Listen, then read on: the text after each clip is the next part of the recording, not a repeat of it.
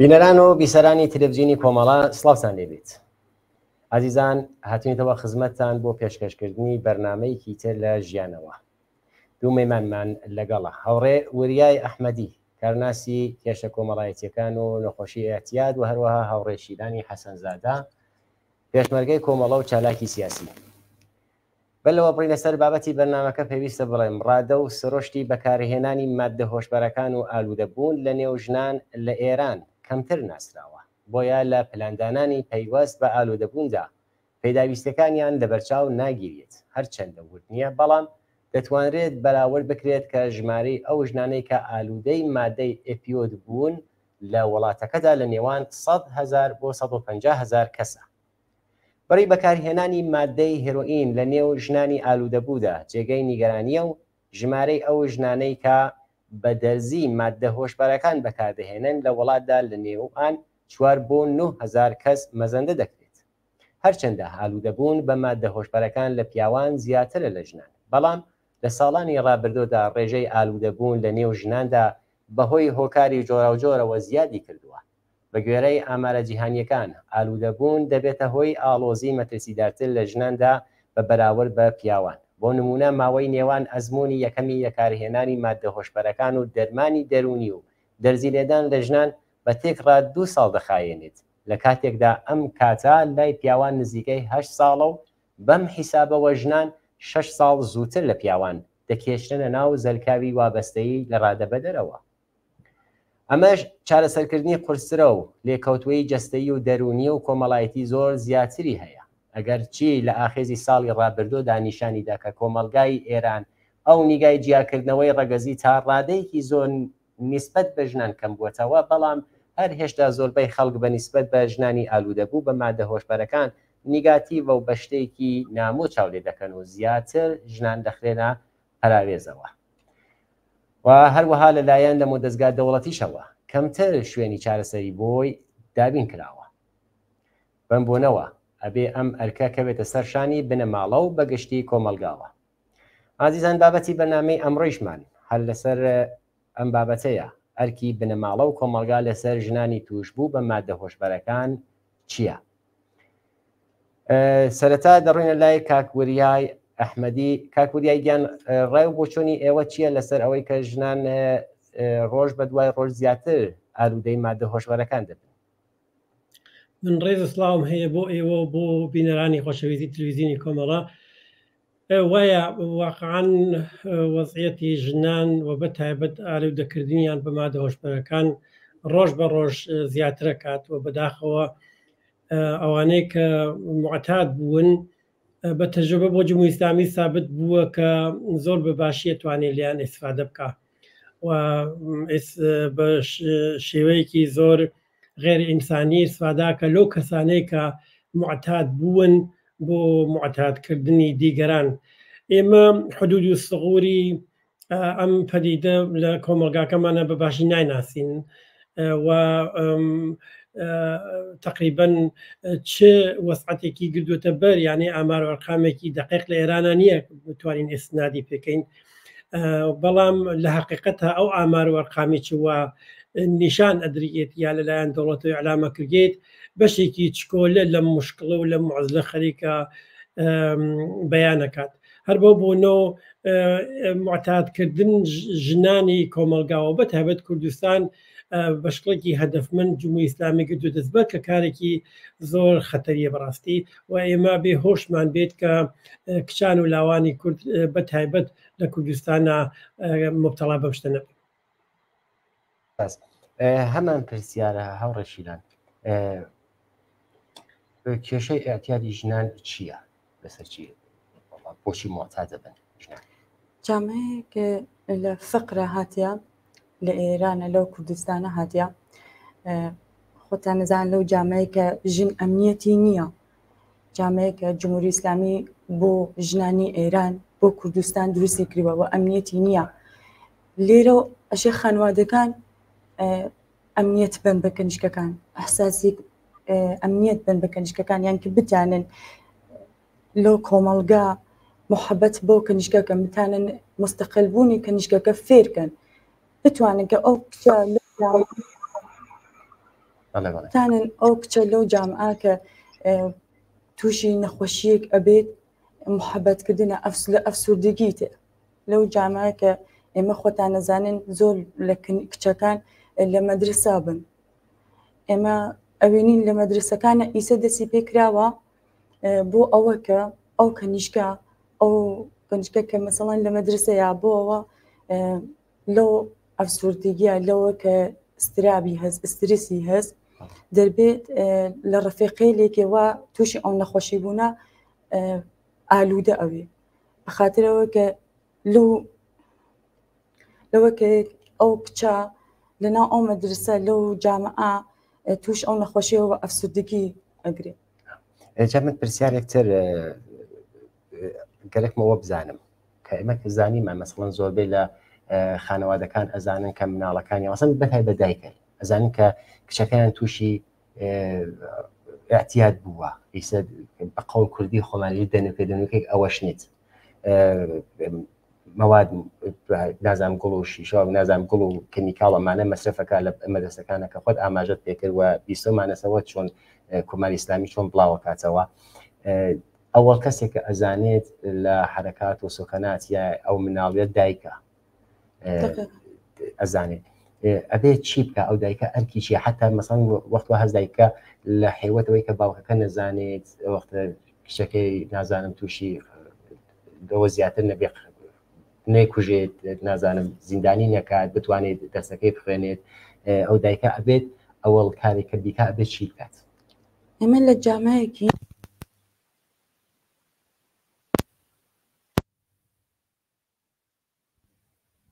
ئەفسوردگیە تو کەسێک کەس ئادی نەخۆشێکە فێ سەرماخوردگی ئەو دایکە هەڵەسێ بۆ گشتیش ئەزانن دەرمانی ئەکات وەلێکە وەختێک تووشی نەخۆشیەکە ئەوێ کەنیشکەکە ناتوانێت ئەوە کە ئاگاداری کاتەوە خانوادەکەی ئاگادار کاتەوە کە بتوانن هەستێک بن بۆ کەنیشکە کە بتانێت خاستەکانی کە ئەوە کە بتانێت ئەو تووشی ئەو نەخۆشیە بووە تەرکیکە لەناو کوردستانە بەڕاست جێ نەکەفتێ بۆ کچەکان ئەزانی خانوادەکان ئەترسن لە بوارەی ئەوە کە ئەگەر کەنیشکێک لەو جامعەی کوردستانە تووشی ئەو نەخۆشیە بێ بۆ خانوادە بەقۆڵ خۆمانێژن ئابڕوویە چێت چۆن کەنیشکە چۆن ناوێت چۆن ئەو کەنیشکە ئابڕووی و خانوادەوە وەلی خانوادەکان فکر ناکەن کە ئەو کچە لەو جامعەیە کە خۆتان ئەزانن ئیسە لە ئێرانە چۆنە لە کوردستانە جامعەیە ئێمە ژنێک چۆنە ئەوان ئەسەن فکر بەوە ناکەنەوە کە ئەو کچە چۆن تووشی ئەو نەخۆشی بووە لێ نەسە کە ئەشی ئەو دایکە ئەساس مەسئولیەتکە هەرەو جۆرێکەوە کەنیشکەکەی تووشی نەخۆشی ترەوێەوە ئیسە تووشی نەخۆشی تر بووە بە دڵ و بەگیان مایەدانێ بۆ کچەکەی کە بتوانێت دەرمانی کات ئەحساسی ئەمنیەتی پێبا لەناو ماڵە بتانێ ئەو کەنیشکە بەلای دایکە ئەحساسێکە کە بتانێ بەڕاحەتی ئەو تووشی نەخۆشیە بۆ لاجێ چۆن ئەو نەخۆشیە بەڕاست ئەفسوردگیە یەنەوە نەخۆشیەکە کە فرە لە خانوادەی ئێشارنەوە پرسیارێکتر ئێمە ئەوێنین کچەکان ئیسە یا ئەوەی کە خۆیان بەخواستی خۆیان یا بەخواستیان بە زۆری بنەماڵەکەیاندا بە شوو ئەدرێن وەختە خولاسە ئەڕەن ماڵ شو ئەوەڵ ساڵە دوم ساڵە سێم ساڵ خولاسە بگرە چەند ساڵیش توول کێشێ زیاتریش ئەوێنێ مێردەکەی تووشی احتیاج بووە وەی وردە وردە ئەمیش ئالوودە دەبێت ئەرکی بنەماڵە چییە لەسەر ئەو کچێکە هێنەچ ئەو وەکو چی چاو لە بنەماڵە دەکات وەختێک کچێک لە ماڵ شووا بێت وەختێک خانوادێک ئەو کچە ئەوێنن کە ڕەفتاری کردداری چۆنە وەختی ئەو کەنیشکە ئەچێتە لە ماڵ شووەکە یاوێت وە تووشی ئەو نەخۆشی یاوێت خانوادەکە ئاگادارن کە کەنیشکەکەیان تەقیراتی کرد لە ناو کەنیشکەکەیانە ئیجاد بووە جاکە ئەگەر کەسێک لەو کۆمەلگا زۆر بووە لەو کۆمەلگا بوونە لەو کوردستانە بوونە کە کچێک لە بوارێکە مەوادی استفادە کردیا تووشی و نەخۆشی بووە تووشی ئەسەبی بوون ئەوێ ئەو خانوادە ئەزانن چۆن تاقیراتی کرد لە ناو کچەکانە ئەحساسەکە ئەو خانوادە ئەشێ ئەو کەنیشکە حمایەتکەن بتوانێت ئەو کەنیشکە قسەکانی کار نەکە ئەو کچە بترسێنن لەوەکە نەک من بەدایکم بێژم سەدهان بوونە کە کچ بوونە ژن بوونە لەو کۆمەلگا لەبەر ئەوەی کە خانوادەکەی نەیکوژن یا قسەیەکی پێ نەکەن یا زیندانی نەکەن لە ماڵە نەیاموتیا ئەمە ئەوەیتە باعثەوە کە خودکوشیکە خۆتاندا هزاران کەس کچ بووە ژن بووە لەو کوردستانە خۆیان یان کوشتە لە بوارێکێ لە بوار ئەوەی کە خانوادەکان هەر لە ئەوڵە و حسی ئەمنیەتیان نەدا بۆ کەنیشکە کە ئەو کەنیشکە حس کات کە ئەتوانم بەلای خانوادەکەمە بێژم ئەزانی لەو کۆمەڵگە ئێمە لە کوردستانە خانوادەکان زۆربیان لەبەر ئاوڕوویانە لەبەر ئەوە کە ئەو کچە هەمیشە تووسەری خۆر بووە هەمیشە سەرزەنیشیان کردیا لەو بوارە ناتوانێت هەمیشە بێت قسەکانی بەلای خانوادەیە بێژیت زۆر سەختە بۆ کەنیشکە بتوانی دەرکیکەی دەرکردن لەو جامەیە کە لە کوردستانە هەین کە ژن هەمیشە ها لە ماڵە ئەوە تووشی ئەفسوردگی تووشی نەخۆشی ئەوێ ئەشی خانوادەکان دەرکیان کەن. سپاس. کاکوریا هاوڕێ شیران ئاماژەی بە شتێکی زۆر باشی کرد ئەوەی کە ئەگەر کەسێک لە بنەماڵە تووشی ئەگەر کچێک تووشی نەخۆشی سەرماخۆردگی ئەبێت هەر هەمویان هانەفکر چارەسەرکردنی ئەو نەخۆشە بەڵام ئەگەر کچەکەیان بەداخەوە تووشی احتیات دەبێت تووشی ناڕەحەتی یاوا دەبێت ئەبێ بە قوربانی بە جۆرێکی ئەی شارنەوە بە شتێکی عیبی ئەزانن بەنظر تۆ بێ کۆمەلگا بنەماڵە چی بکە لە ئەسڵا؟ ئەوڵەن ئەگەر ئیمکانی ببێت 1 دقیقە 2 دقیقە لەسەر شتێکی بنەمایی حەزەکەم تۆزیحی بدەم لە فەرقی بین پیاوان و ژنان لە ارتباطێک ئەم مەسئلە. یەک شتی عام هەیە ئەوەی کە خۆت وتت ژنان زۆرتر معتادە بن ئەوانە شتایك علمی هەن مەسەڵ لە ارتباطێک ئەلکولە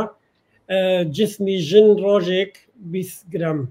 الكل تحملكات هن جسمي بياو 30 جرام الكل تحملك يعني هل لويتشا جنان جسمن زوتر اتوانن معتاد بن يا جسميان زوتر اتواني تحت تاثير او ماده قرار بقريد تشتايتر سياسي اجتماعي كوملايتي هن كاجر بعام الدنيا ما شايكه مثلا تعداد جنان تشبو نخوشي هاي رواني وتشبو اعتياد بنسبة كمترن لبياوان براسي دليلكي شي اويا ك جنان قويترن لبياوان يعني تتماشاكي جنان لتصد الدنيا الايراني شا لايران صدان وهزاران مشكل يعني هي كروجان لقل يادس وبنجنر مكان او مشكلاتي كجنان هيانا عميقا راحتي الرواني بشون خواتيري هرو تشوريش هرو شيلان وتي مثلا ديبرسيون يعني او كسانيك ناراحتيان هي خو ديبرسيون يقلن وخدي ديبرسيون تبعي سو كهم بنيام باعتياد روبيري ويا حتى باخد كشي روبيري تو انا تتماشاكي مثلا جنان بوجود هموي او مشكلاتك هيانا بنسبة كمتر يعني هاردو أو يجدي لكي أويك سر الرأي أويك أم قشت محدودة للسريان هي منطقيتر بأوضاعك عروانا بيري ليكنو زور بتوت مشاكل لصد الدنيا أقل بياوانك نارحتي روانيان بيت زوري كان لزيندانا كان تشخيص الدريت ك يعني الشر وكيشة دروسة كان لنا كملقا دواي بهوي شر وكيشكي وكويت الزندان واللي الزندان تازة تشخيص دريت ودياغنوزي بزشكي بوتيرن كأم كسن نخوش بوا بلام جنان خوان بعام روتيرن بو دكتورو ناراحته كان يعني اوي تاو جواب بزشكي مربوطه روتيرن بو دكتورو داوي يارمتيه كانوا معنا لم لبواري اعتيادا مسليكي زوزو قوره هيا اويش كوملقاي ما اولا مسألة باش ناناسي يعني خطركاني ابينيت وكو تاريكي كلو تاريكيا كزنازانيت خبره اوات باشايا كان بويا وحشتي قورها لبرباي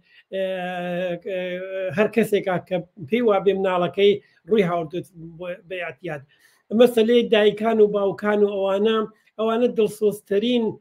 ئینسانەکان دەوروبەر مناڵەکان یانن بەڵام چونکو نازانن لەگەڵ چیا ڕوبەڕوون و بەرحاڵ مەسایلی تریچەس کە خۆتان ئێشارەتان پێکرد مانعە بۆ ئەوەی کە لەگەڵ مناڵەکانیانە لەم بابەتەوە زۆر بەڕۆکوی بیانێ بتوانن بە نەتیجەیەکەوە قسەی لێ بکەن. یەک مشکلی تایبەتی تر هەیە کە ئیتە قسەکان تەواوەکەم ئەویش ئەوەیە بەتایبەت کچان زۆرتر لەم بابەتەوە حتا مشکلیان هەیە قسەکردن لەسەر مشکلەکەیە. یەکێ لە علامەتگەلی ئەسڵی ئاعتیاد ئەوەیە کە کەسەکە خۆی بە معتاد نازانێت و تا زمانێکە خۆی بە خۆی بە معتاد نەزانێت و خۆی بە کێشە نەزانێت حاضریش نییە لەسەری قسە بکە کەچی ئەو ئانەیش وەختێک لەسەری قسە ئەکەن قسەکانیان هەمیشە ئەوێ بە بار بەسەریانەوە قسەکانیان ئەبێ بە کێشە بۆیان قسەکانیان ئەبێ بەوەی کە دوایم سیم سوعال و جیم جووا و هەزار دانە قازیان بۆ دروستە بێت یعنی قسەکانیان ئەگەر تۆ ئەڵان شیلانی شارێکی وتی ئەگە کەسی سەرما خوردگی بکات یان نەخۆشیک بگرێ باوکو دایک و براو قەوم و کەس زۆرتر ئەبن بە ڕەفێقی یانێ لەگەڵی قسە ئەکەن بۆ نەخۆشیەکە بەڵام ئەگە کەسێک معتاد بێت ئەو ڕەفاقەتە ئەبێ تقریبن بە کێشە ڕەفاقەتەکە نامێنێت زۆرتر ئەبێ بەوەی کە تۆ بۆچی واکەی تۆ بۆچی خەریکی ئابڕۆمانە بێت و حیسێتمانە چێت و داهاتی خۆت ببینە و تۆ ئەم ئەتوانی وانە بیت وانە ئەگەر چیە هەمووی ئەوانە حتا ئەگەر ڕاست بێت بەڵام خودی ئەوە نەخۆشەکە وادارەکات کە حتا کەمتر قسە بکە یعنی لە دوو جمڵە خولاسێکەمەوە ژنان مشکلاتیان زۆرترە بۆ ئەوەی کە قسە لەسەرم ئەم شتە بکەن چونکو ئەبێ بە بارێکی سەنگینتر بەسەریان. زۆر سپاس. هەورە شیرانی ماگەڕینە سەرەوەی کە خۆت ئیشارەت پێ کرد و لە مەدرسەکانە کچان زۆر زوو ئالوودە دەبن یعنی ئەم بۆ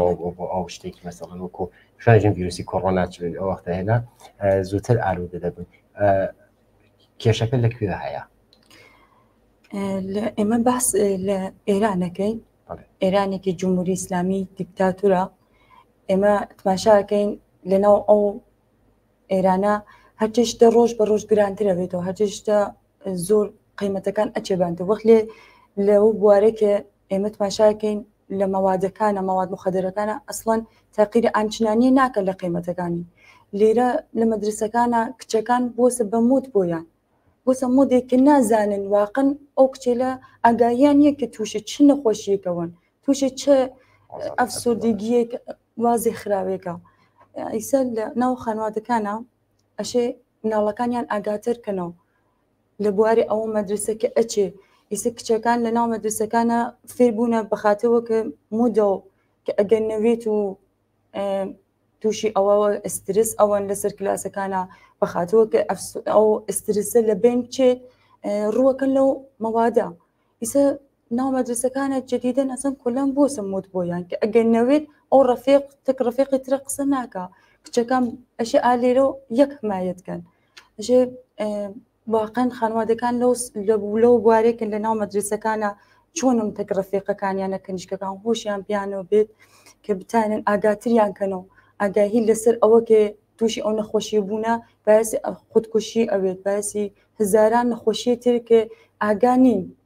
لە ناگاهیە ئەو کچە لەو مەدرسەی تێریەوەی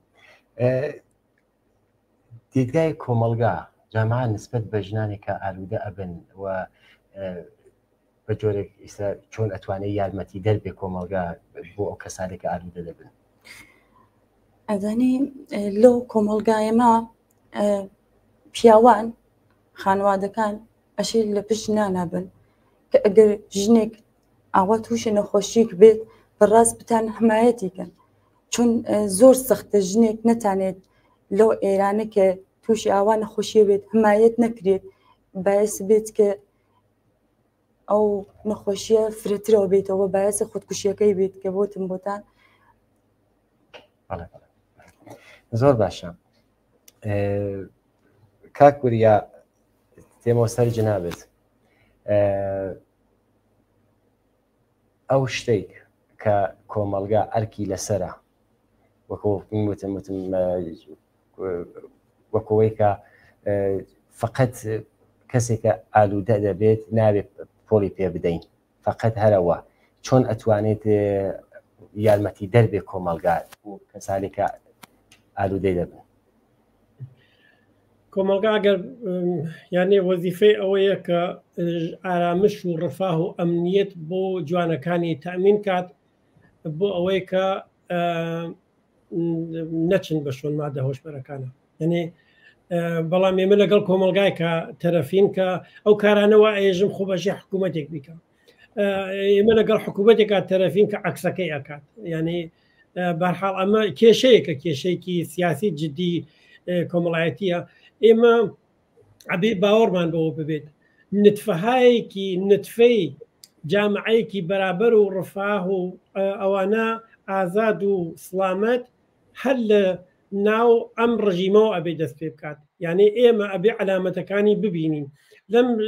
شۆڕش ژیان ئازادیا. ئێمە علامەتەکانیمان بەرچاو دی کە تەلاشە کردی بۆ ژیانێکی سلامەت. ژیانێکی سلامەت یان ئێمە بەشی تعریفمان بێ لە سلامەتی. کێ سلامەتە؟ ئایا بە قسەکەی شیلان کەسێک سلامەتە کە ئێسترێسی بێت؟ ئایا کەسێک سلامەتە کە نگرانەوە بێت ناڵەکەی ئەڕوات بۆ مەدەسە تا بێتەوە معتادە بێت یا معتاد نابێت؟ ئایا کەسێک سلامەتە کە ترس و نگرانی لەوە بێ مناڵەکەی ئەگرن حتا ممکنە بیوەنی ئەعدامیکەن؟ ئایا کەسێک سلامەتە کە نەزانێت مەسەڵەن مانگی تر داهاتوو ساڵێکی تر داهاتوو کاری هەیە یان نییە؟ ئایا کەسێک سلامەتە کە هێشتا نەزانێت ساڵێک تر لەناو ئەم ماڵا کە ژیانەکە ئەتوانی ژیانکە یا ئەیکەنە دەرەوە؟ ئێمە یعنی ئەمانە زۆر مهمن. ئێمە دیارێت لەسەری ئەتیات قساکەنی وەلی باوەڕکەن ئەمانە زۆر مربوطە. ئەگەر کۆمەلگایکی سلامەتمان ببێت سلامەتی یانی ئەوانە و ئەگەر وابێتەوە عانە لە مبارزەکردن تەکی ئەتیادیشا زۆر فەرعی بێتەوە چونکو ڕۆشنگەریش لەسەر ئەتیاد وە یەکی لە وەزیفەیەکانی کۆمەلگای ئێمە یانی لە مەدرسەکانە معلمەکان. ئێمە معلمهایەکی زۆر یعنی بە تعداد زۆرمان هەیە کە زۆر دڵسۆز خەڵکن. ئەبێ لە مەدرسەکانە ڕۆشنگەری بکەن، ئەبێ لە ناو مەحەلەکانە ڕۆشنگەری بکردیێ. ئەشی جوانەکان تەلاشکەن هۆشیان بە خۆیانەوە بە کۆمەلگاکەیانەوە بێ بە هاوسەر و هاوماڵەکانیانە بێ بە هاوسە بەراسەکانیانەوە بێت. ئەوەی چه بەروان ناکردی ئەبێ زانستیانە بۆی بڕیت، ئەبێ لی بزانیت، ئەبێ ڕۆشنگەریەکەت دقیق بێت. ینی ئەگەر ڕۆشنگەریەکەت دقیق نوێت شتێکی ئەخلاقی تیا دەردێت. شتێ ئەخلاقیەکەیش دێ هەرەوەیە کە هۆشمان بێت و وانمان نەوێت و وامان بێت. بۆیە زۆر مهمە کە لە ناو کۆمەلگای ئێمە لە هەر بوارێکە وەکو محیط زیست ئایسە مەسڵ فعالینێکی زۆری هەیە بەرامبەرکی لە تەک مادە هۆشبەرەکانی چا ئەبێ شتێکی یەشێ فعالین دروستکە بۆ خۆی. ئەو فعالینە بێ بزانن لە ناو کۆمەلگای ئێمە چۆن ڕۆشنگەری بکەن کە بتوانێت موەسر. زۆر سپاس. من قسە باسێکم نەما هەڕێکی لەنێوە قسە باسێکتانست بۆ بینەران بۆ کەسێکە گیرودە بوون لەکەیان لە خۆیان نەجات بدەن. من هەرەوە کە کاوریا ئشارێ پێکرد لە ژنانە کە لە شۆڕشی ژینە دەسی پێکرد ژنان هەر لێنە خۆیان دانیشان کە ئەتانن مستەقل بن بۆ خۆیان لێنە نیشان دریا کرد لە ژنانی لە کوردستانە چەندها ژن بوون کە چوونە خیابان توانیان کە مستەقل بن بۆ خۆیان توانیان هەر ئەوە کە بتانن لەناو ئەو کۆمەلگا بۆ خاستەکانیان بۆ کە بتوانن بەوە کە بە ئارزووکانیان فکرکەنەوە چوون مناو خیابان شۆڕشیان کرد. هەرەوە جێگەی ئومیدە بۆ ئێمە کە ژنان لەو بوارێکە لە شۆڕشی ژینە دەستی پێکرد فرە باش بوو. ژنان ئەتوانن لەمە قەویتر بن و من بۆ خانوادەکان ئێژم بەڕاست خانوادەکان ئەتوانن لەو بوارەکە بۆ کچەکانیان بۆ کەنیشکەکانیان لەو بوارێکە تووشی ئەو نەخۆشی ئەبن فرەتر دەرکیانکەن چۆن بەڕاست دەرکردنی کچێک ئەحساساتی کچێک فرە لەوەسێکە ئێمە توانی سەخت بێ بۆمان چۆن دایک و باوک محەبەتی بۆ مناڵ فرەست ئەو کچە توانێت لەو محەبەتە زۆر استفادەکە زانیژم جە محەبەتی کە دایک و باوک ئەیکا بۆ کچە ئەتوانێت ئەو کچە لەو تووشی و نەخۆشیە بێتە دەرەوە. کاکوریا ئێوە بۆ دوایین قسەیەکتان نەماوە لەم بەرنامە؟ بەحەب مۆزوعەکە ئەوەیە کە بنەماڵەکان من وازانم بنەماڵەکان خۆیان بۆ خۆیان یەک کاری گەورە کاتوانن بکەن چەند چت لە بەرچاو بگەن. یەکیکەوەی کە ئەمن تابوو نەبێت، یعنی یەکیکەوەی کە نەترسن لەوەیە کە لەسەر ئەم مۆردە قسە بکەن. ئەگەر بەلای ئەگەر قرار بێ ئابڕوویان بچێت باوەڕکەن ئابڕوویان خراپترە چێت ئەگەر قسەی لێ نەکەن، ئەگەر تەلاشی بۆ نەکەن لە تەلاشەکانی چیانە دڵسۆزی هەمیشە بە معنای ئەوە نییە کە تۆ بتانی مشکلێک حەلکەی بڕێجات دڵسۆزیەکانە بێ بە بارێکی زۆرتر بەسەر خودی خانەوادەکە و بەسەر نەخۆشەکەەوە. یعنی لێرە دڵسۆزیەکە بێ تەبدیل بێ بەزانین بە زانستی بەزانینێکی ببێ بە بۆچوون بۆچوونێکە بتوانێت ڕێگە حەل پێیا بکات. من وا ئەزانم هەر خانەوادەیەک ئەگەر بە دەسە جەمعیەکەیان بەو نەتیجە بگەین کە لەگەڵ مشکلێک ڕوبەڕوون کە مشکلەکە هەموویانی گرتوێتە بەر ئەو ئانە ڕێگە حەل پیاکردنیش بۆی ئاسانترە. و بەتایبەت نەخۆشەکە من ئەوە دووبارە تاکی دەکەم لەسەری نەخۆشەکان لەم بابەتە و ئاوایە فەرقی لەگەڵ نەخۆشیەکان ترا ئەوەیە کە نەخۆشەکە ناڵێ چیەتی. ئەگەر نەخۆشێکە مەسان معدەیە بێشێت خۆ معدەیە بێشێ زۆر ڕەحەت ئەڵێ بە خۆشکی بە دایکی بە باوکی ێژێ من معدەم ێشێ عەزیەت مەکە معدەم عەزیەت مەکە. بەڵام ئەگەر ئەم نەخۆشیە تووشی بێت حتا ئەگەر زەختیش خەیتە سەری لەسەری قسە ناکات. ئەبێ خانەوادەکان ئەمە تەشخیص بدەن و بێ خانەوادەکان بتوانن کارێ بکەن کە نەخۆشەکە بێتە قسە. تا زمانێکە نەخۆشەکە نێتە قسە لەگەڵیانە ناتوانن بە یەکە و کاری بکەن حتا ئەگە قرارێکیش دابنن بە یەکە و قرارەکەیان بە ئەنجام ناگەیت. نەخۆشەکەیش کەیەتوانێت ئەو قسە بکات یا ئەو کارە بکات وەختێک کە ئەحساس کات نابێ بەس باری زۆرتر بەسەریەوە نابێ بە کێشەیەکی زۆرتر لەسەری. لەبەر ئەوە مهمە ئەمە بەڕاستی خانەوادەکان ئەبێ یارمەتی بگرن لە ئەبێ تەجربە ئەنتخاب تەجربە بدەن ئەبێ گروهایەکی زۆر دروست بکەن کە بتوانێت لە یارمەتی یەکترا مؤثر بن. ئەبێ ڕەوانشناسکەوان ڕەوانشناس و ڕەوان دەرمان زۆرن ئەبێ بتوان شەبەکەهایەکی اجتماعی دروستکەن کە مەدەدکار اجتماعی زۆرن لە ناو کۆمەلگاکانێمە. ئێمسانی دڵسۆز و زانا زۆرن ئەمانە فقط سازمان دراونین کارەکانیان سازمان دراو نییە بۆیە من وازانم سازمان دەهی ئەو نوع فعالیتگەلە زۆر مؤثرەتانی بێت. زۆر سپاس بۆ بەشاریتان لەم بەرنامە هاوڕێوەریای ئەحمەدی کاناسی بەنامەکە و هاوڕێشیلانی حەسەنزادە پێشمەرگەی کۆمەڵە و چالاکی سیاسی. زۆر بەخێر بن بۆ بەنامە. خۆشەویستان هاتینە کۆتایی بەنامەیەم هەفتەیەمان. هیوادارین هیچ بنەماڵەیەک گیرودەی نەخۆشی ئەعتیاد نەبێت. تا هەفتەیەکی داهاتوو لا ئێوە خۆش.